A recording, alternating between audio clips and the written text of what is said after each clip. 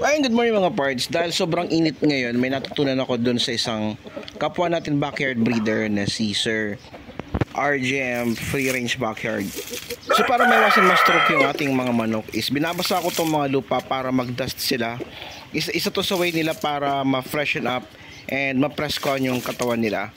So before ko yan binasa, nag-disinfect muna ako, tinanggal ko muna yung mga ipot na posible nila matuka, and nag-disinfect na rin ako para iwas doon sa mga bacteria na mag-build up dahil nabasa yung lupa.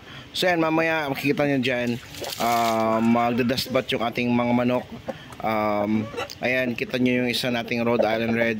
And puro kasi nandun sa loob eh. Sisilabasan na sa kanilang mga kulungan. Maliban sa ginagawa kong to, pinapaliguan ko rin sila twice a week para siguro din natin hindi ma-stroke yung ating mga manok. Sayang din kasi pag namatay and kakatay na lang, sayang ng layers. So ayan, nakita nyo naman isang Rhode Island Red natin, and itong isang rooster natin is kakalaykay na ng binasa nating lupa. Makikita na dyan na magdadust bath na sila. Pati yung ating mga Vap or Pington kasi napakainit talaga. So ayan, kakaligo lang nila kahapon, and ayan, nagdadust bath sila ulit sa binasa nating lupa. So yun lang mga pards, maraming salamat sa panonood, and I hope may natutunan kayo. God bless you and happy farming. Bye!